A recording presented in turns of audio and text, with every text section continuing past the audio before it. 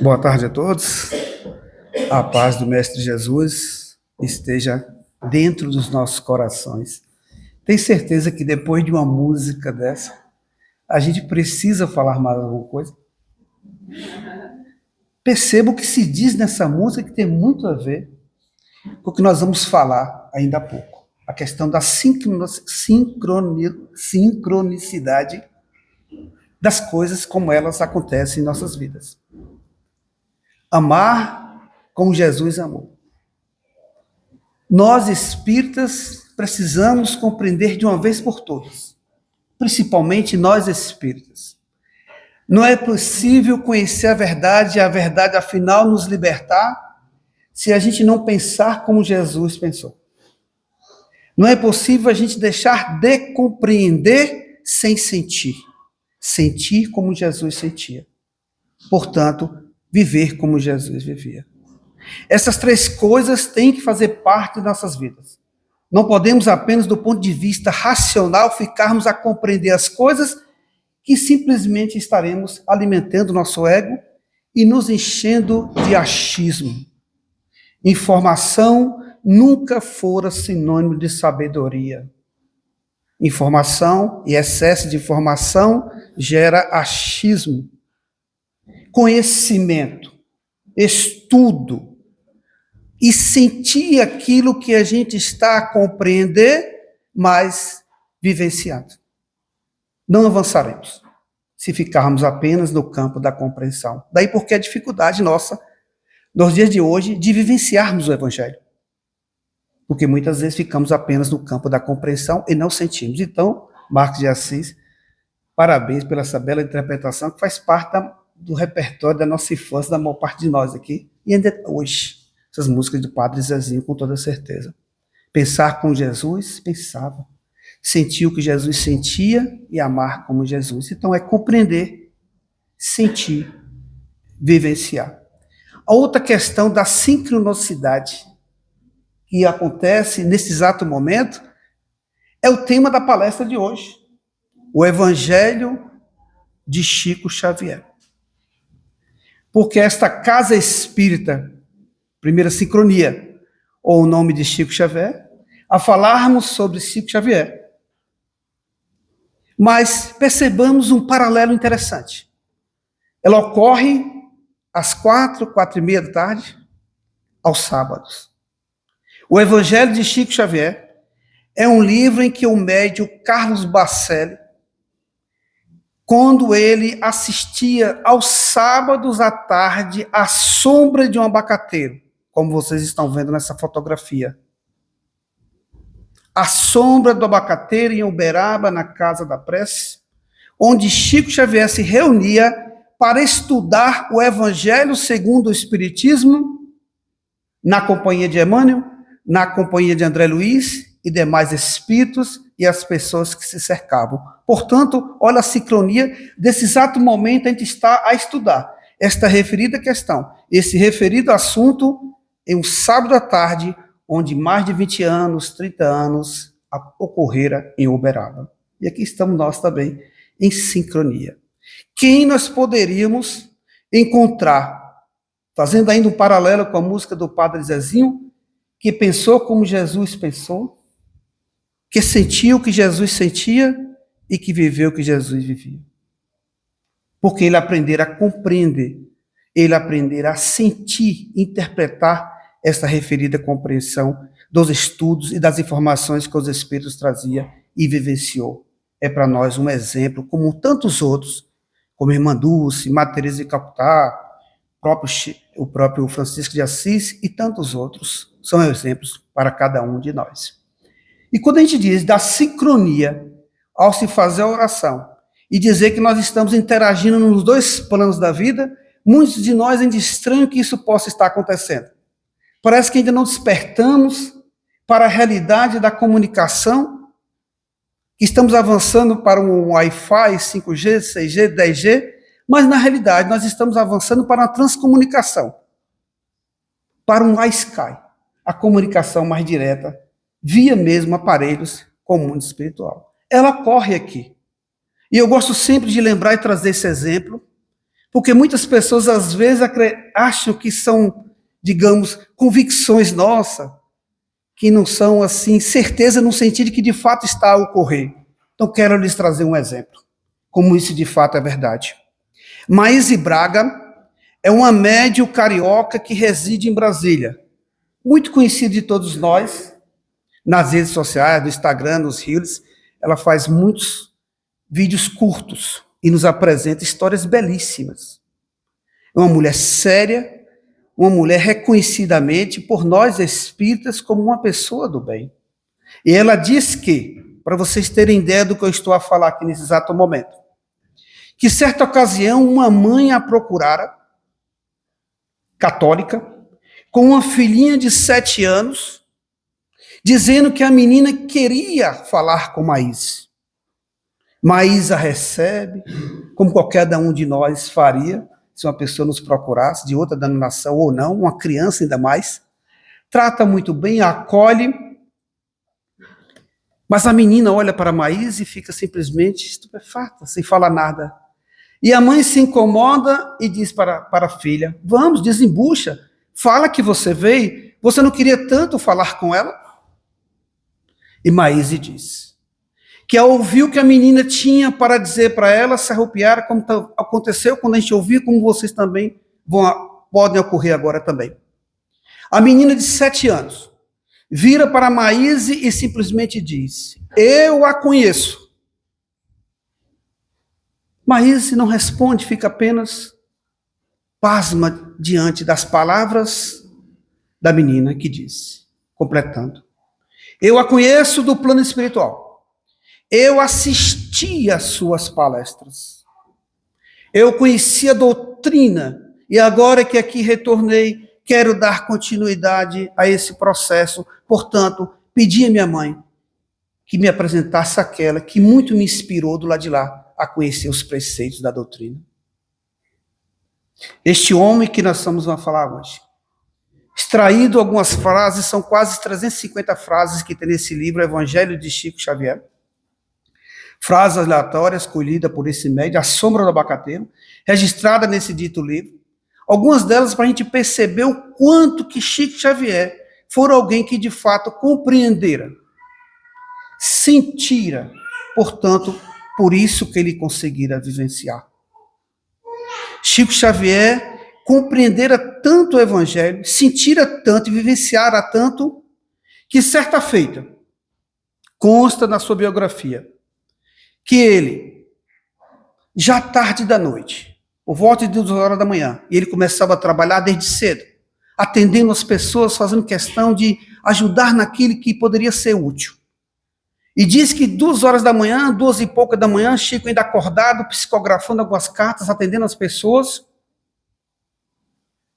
bate-lhe no ombro uma jovem, já nessa madrugada, e diz, Chico, meu irmão, quero lhe pedir desculpa, perdão mesmo, pelas palavras que vou dirigir-lhe. Não é por duvidar da sua mediunidade, mas essa carta que você psicografou, ela não tem nada a ver com o familiar ao qual assinou.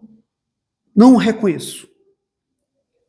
Chico é de humildade, porque, volto a repetir, sentira tanto o evangelho dentro dele, que qualquer outra pessoa talvez cairia no campo das justificativas. Ele não. Ele vira para essa jovem e diz, minha irmã, eu é que lhe peço perdão por esse pobre corpo que eu disponho não poder servir-lhe como gostaria de servir. Tarde da noite, estou esfalecido, cansado. Eu queria lhe pedir um favor. E vira para essa jovem e diz, vamos orar? Vamos pedir a Emmanuel, se possível, que traga esse rapaz novamente, para que agora, refeito eu no processo de oração, possa servir-lhe melhor. E diz que Chico Xavier pôs-se a escrever. E ao escrever, e cada palavra que ia surgindo, essa jovem desabava em choro, porque reconhecia, item por item, coisa por coisa, relacionada àquele jovem, que era seu afeto. É deste homem que nós vamos falar ainda há pouco. Um homem que podemos fazer aqui, não um comparativo, mas uma lembrança para introduzirmos esse assunto. Há 2000 anos, Jesus fizeram uma pergunta para seus apóstolos. Essa pergunta, muitos de nós talvez ainda não tenhamos resposta. Quando eu falo resposta, não digo no sentido do conhecimento, razão. Falo no sentido de sentimento, sentir de fato o que está dizendo. Por isso nós temos dificuldade ainda de vivenciar. Essa mesma pergunta feita aos seus apóstolos também fora feita a Chico Xavier de alguma forma, mas ele a compreendeu, sentiu e vivenciou.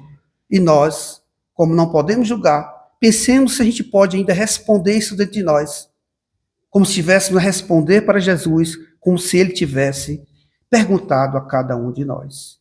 Mas à época ele perguntara aos seus apóstolos: quem dizem os homens ser o Filho de Deus? É como se ele tivesse de uma maneira assim, carinhosa, conversando com seus discípulos, dizendo: quem dizem que eu sou? O que as pessoas falam que eu sou? O que falam de mim? O que vocês acham que eu sou? Quem eu sou? Está lá. A resposta dada pelos seus apóstolos. Ali reunido no momento mais íntimo. Onde eles dizem, uns dizem que talvez tu seja o João Batista, aquele que já havia desencarnado, à época desta pergunta, cortada a cabeça. Uns dizem que tu és o João Batista. Ainda não reconheciam ele como Messias. Outros dizem que tu é Elias. Elias disse que haveria de vir preparar o lugar, mas alguns acham que talvez tu seja o Elias, que veio e não ainda o Cristo. E outro Jeremias ou um dos profetas. Mas Jesus quer saber, e essa pergunta direcionada a cada um de nós agora, como Jesus o fez aos seus apóstolos, e como também o fizera a Chico Xavier. E tu? Quem dizes que eu sou? Não quero saber das tuas palavras, quero saber de como você me reconhece. O que você sente a respeito de mim? E apenas um, entre os 12, respondera: tu és o Cristo, o Filho de Deus vivo. Alguém que sentira. Não estava no campo da compreensão, por isso trouxe-lhe essa informação. E olha o que Jesus diz: bem-aventurado és tu, Simão Barjonas, filho de Jonas, filho. Jesus, José, filho de José, e assim por diante.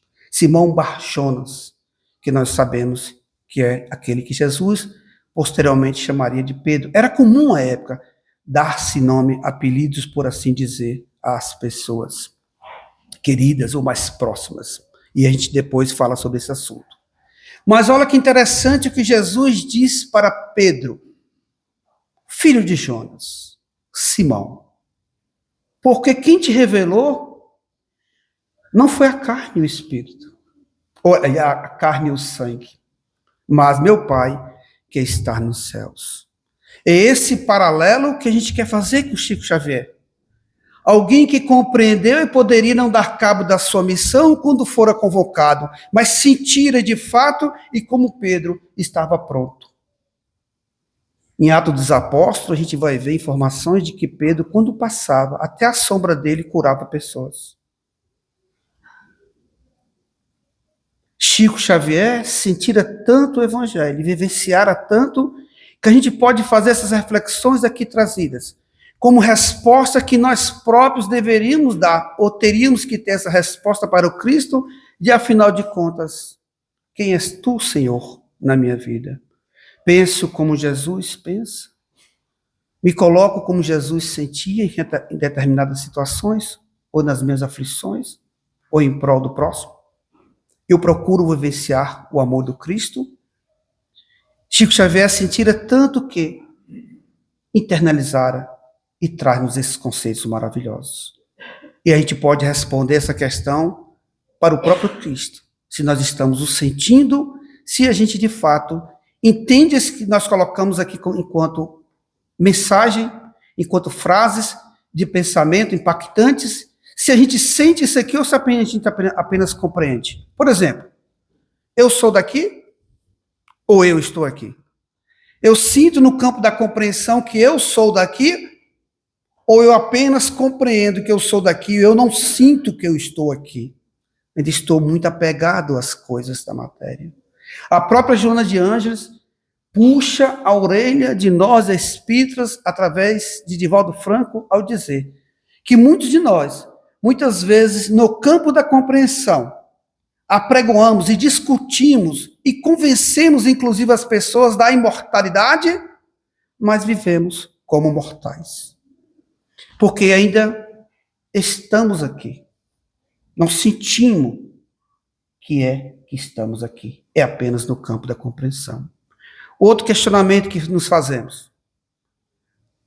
Eu vim acumular? Ou eu vim dividir? Você não veio acumular.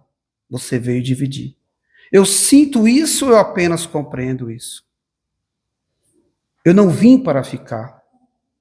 Eu vim para aprender, para servir.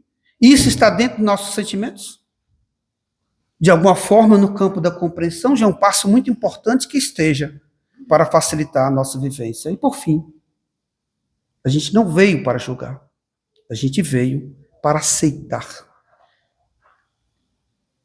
E extraído desse referido evangelho, algumas frases, evidentemente que não podemos aqui a falar de todas, são 350, trouxemos algumas para servir de reflexão, porque há 20, 30 anos atrás ocorria nesse exato momento, às tardes, à sombra de abacateiro, na presença de espíritos amigos, da mesma forma como aqui estamos.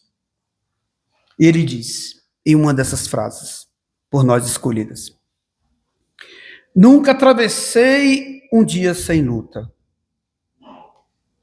Quando as coisas corriam muito bem para mim, eu podia esperar.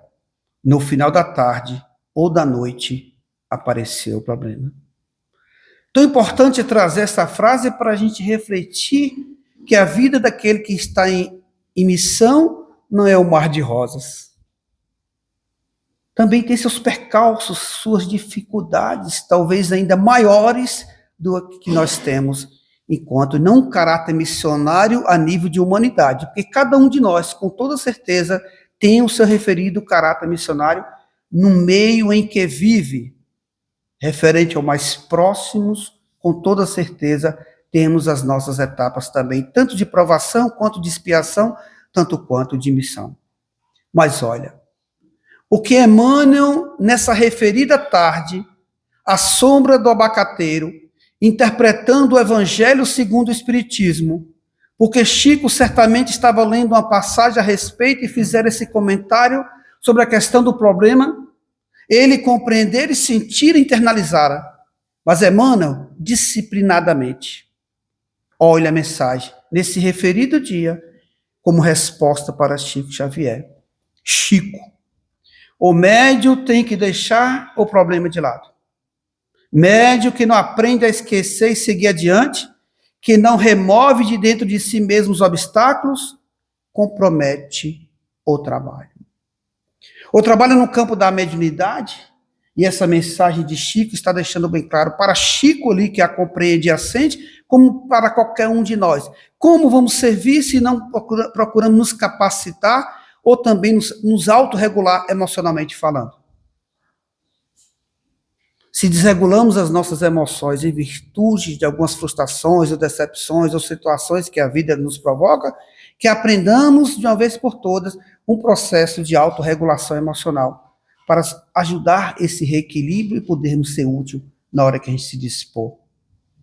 E Chico compreendera tanto isso e sentira tanto o que Emmanuel dissera, que ele levou isso a cabo. Está entre aspas aí, porque é de fato essas frases que estão lá no Evangelho, segundo Chico Xavier, pelo médium Carlos Bacelli, que estava presente na reunião e as registrava. Olha o que ele disse. Então, eu aprendi a sofrer calado. Resignação, resiliência. Não dando mais que 2 ou 3 minutos de adesão ao aborrecimento.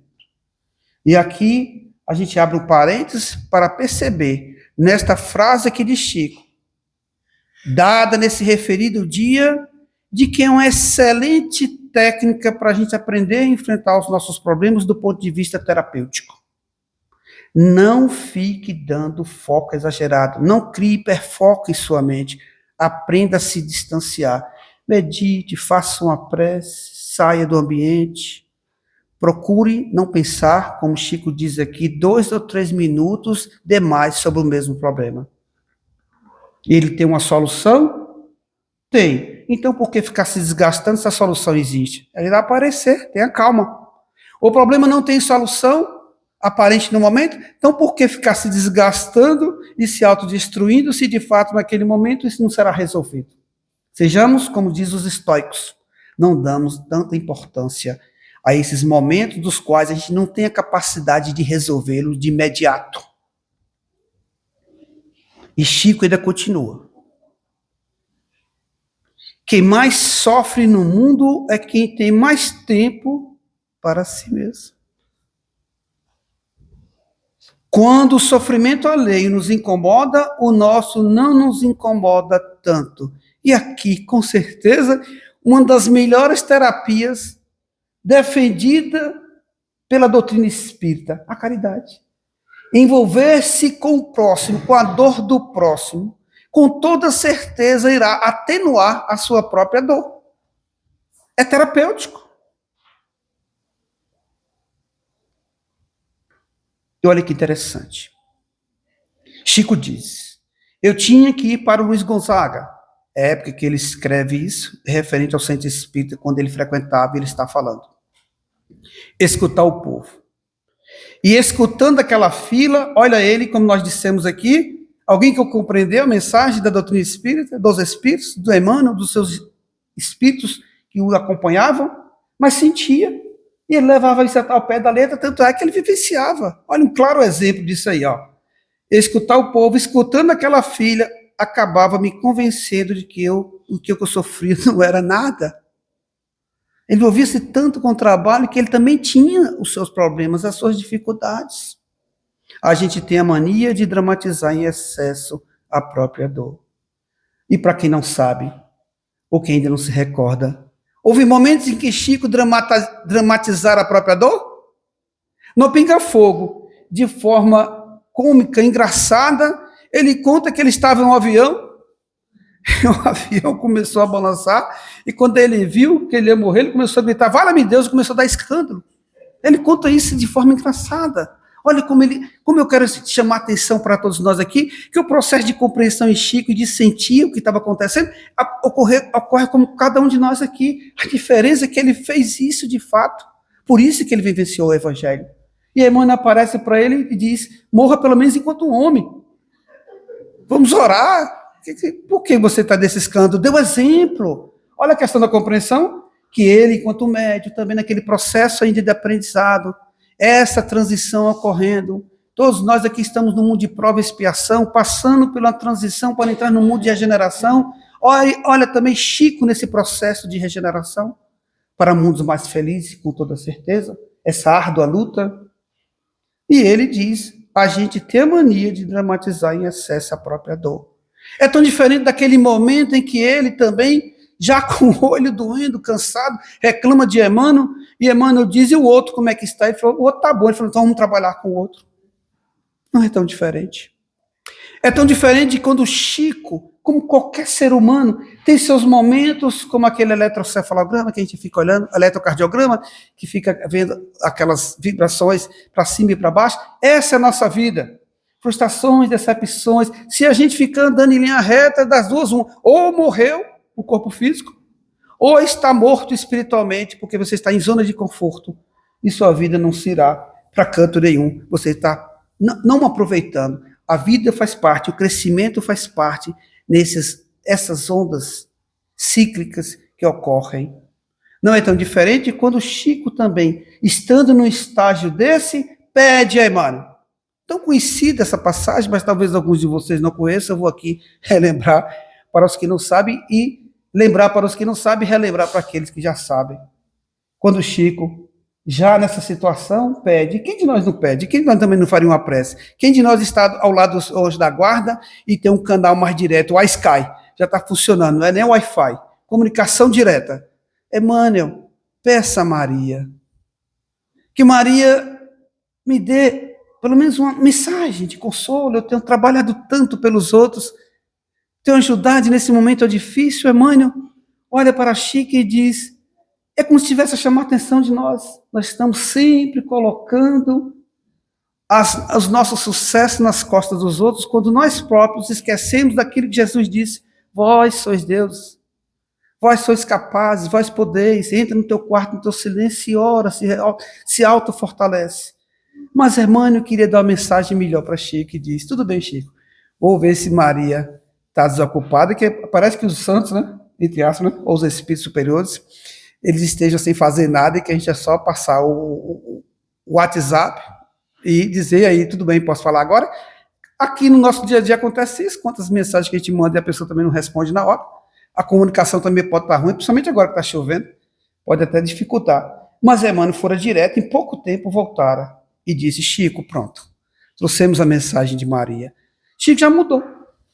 E quem de nós, se o Espírito chegasse até aqui, vamos agora fazer uma psicografia aqui e Maria mandou um recado para você. Se eu estivesse triste aqui, eu ia ficar numa alegria tão grande, ia ficar com cara de bobo, estático, né? Assim Chico ficaram, mudaram de uma hora para outra. E simplesmente Chico diz, anota o que Maria mandou te dizer. Tudo passa. Primeiro momento que ele escreve isso, muita alegria. No segundo momento que Emmanuel diz, escreve, tudo passa. Chico já olha meio desconfiado para Emmanuel. E quando Emmanuel pela terceira vez diz, tudo passa, Chico já bota a caneta de lado e diz, só isso? E Emmanuel diz, e precisava dizer mais nada? Grande lição. E olha que interessante. Os espíritos são disciplinadores conosco. E é necessário que assim a gente seja conosco mesmo. E também um ambiente, como ainda há pouco o nosso amigo chamando a atenção aqui de ligação de celular, da gente ter uma disciplina, se colocar realmente nesse momento em estado de oração, porque é de fato um encontro nos dois planos da vida. Não se esqueçam disso. Nunca se esqueçam disso. Olha esse exemplo aqui de Chico, está nesse evangelho de Chico Xavier. Olha a pergunta que ele fez para Emmanuel. Um dia eu perguntei a Emmanuel, o que aconteceria caso a mediunidade me subisse a cabeça? Numa linguagem mais coloquial, eu a conversar com o Josi. Josi, aí, e se me subir a cabeça, essa ideia de palestrante, de vir para cá, sem médio, o que vai acontecer? Nós temos uma mania de sermos assim, generosos, eufêmicos, né? Superficiais, e muitas vezes não resolve. Emmanuel fora mais direto na resposta com Chico. Olhe o que Emmanuel disse para Chico. Se você tem, eu não tenho vocação para vedete.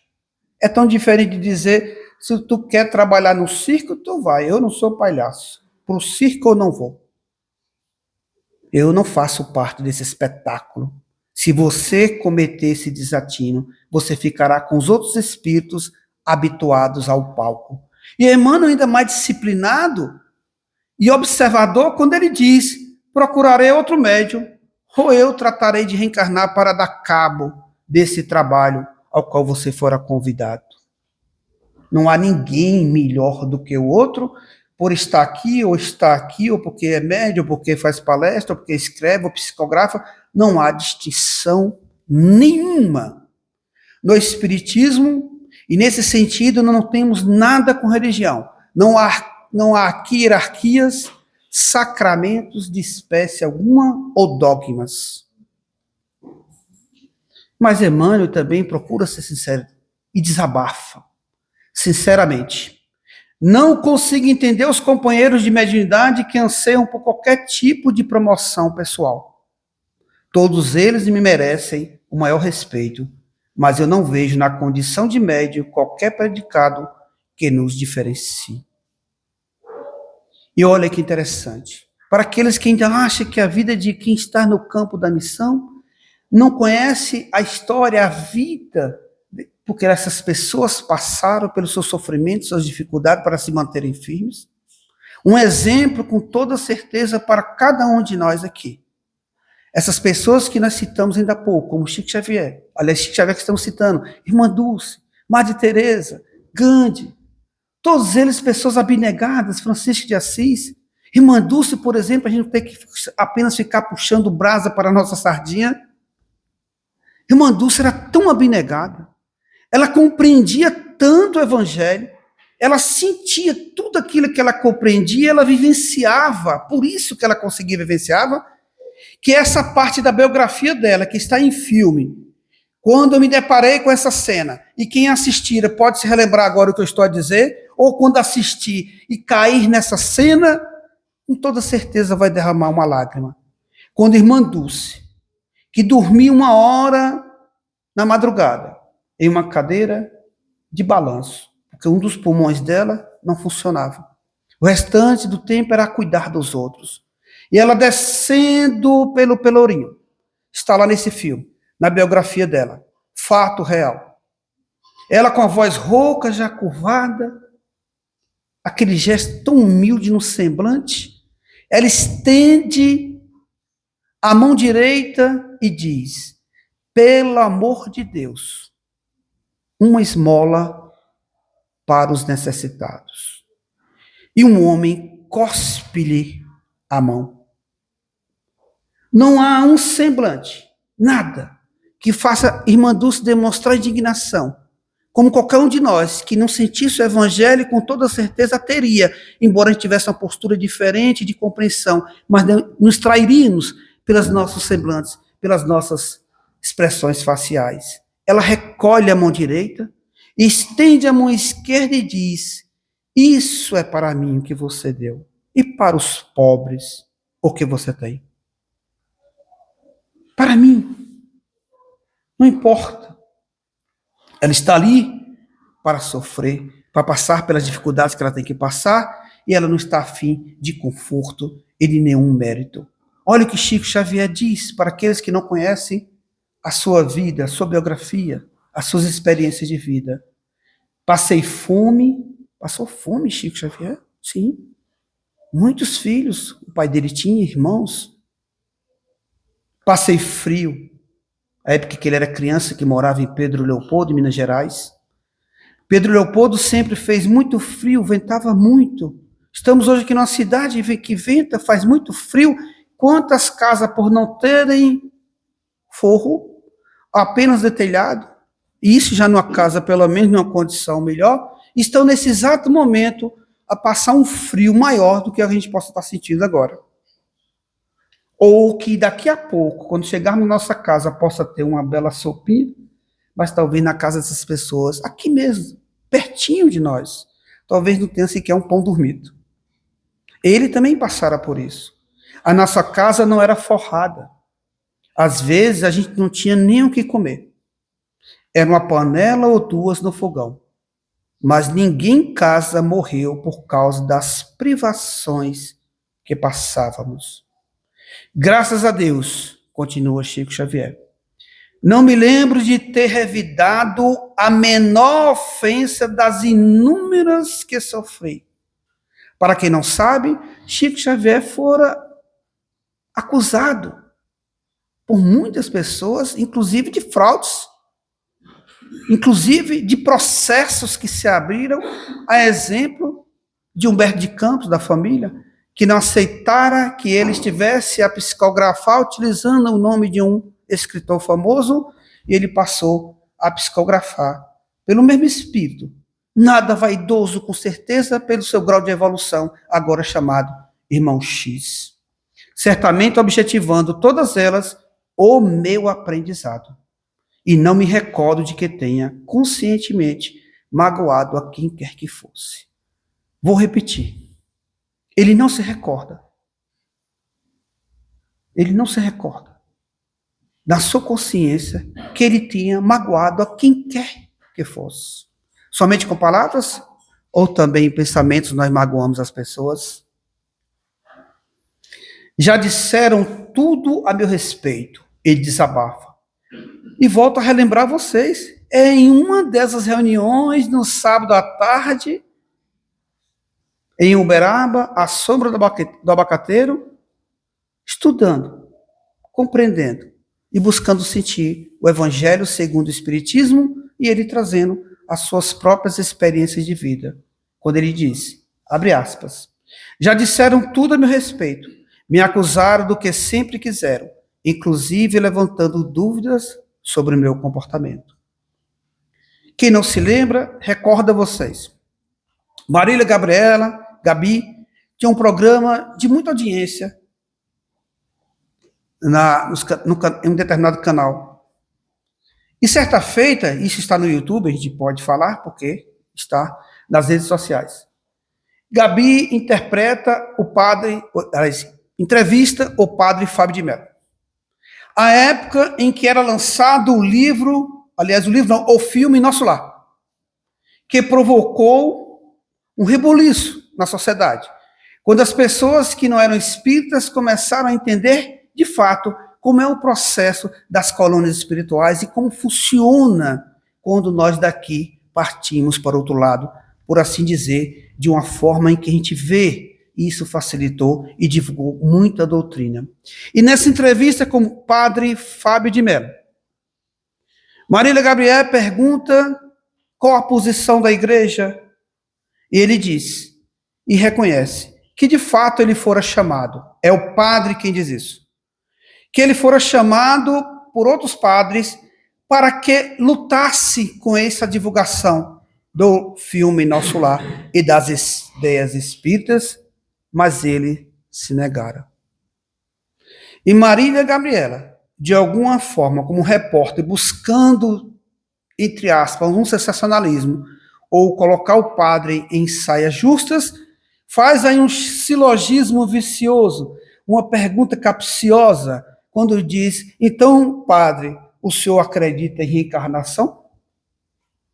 Ele diz, não, eu sou um padre, eu creio na ressurreição, mas eu não vou deixar de reconhecer a hombridade de um homem como Chico Xavier pelos seus feitos e jamais vou levantar minha voz contra ele, que é um exemplo para cada um de nós na humanidade. Está no YouTube essa entrevista de Marília Gabriela. E sobre isso que Chico estava falando ainda há pouco, Emmanuel ainda disse, você está aborrecido com pouca coisa. Os cristãos eram presos e mortos, submetidos às mais terríveis torturas nos calabouços.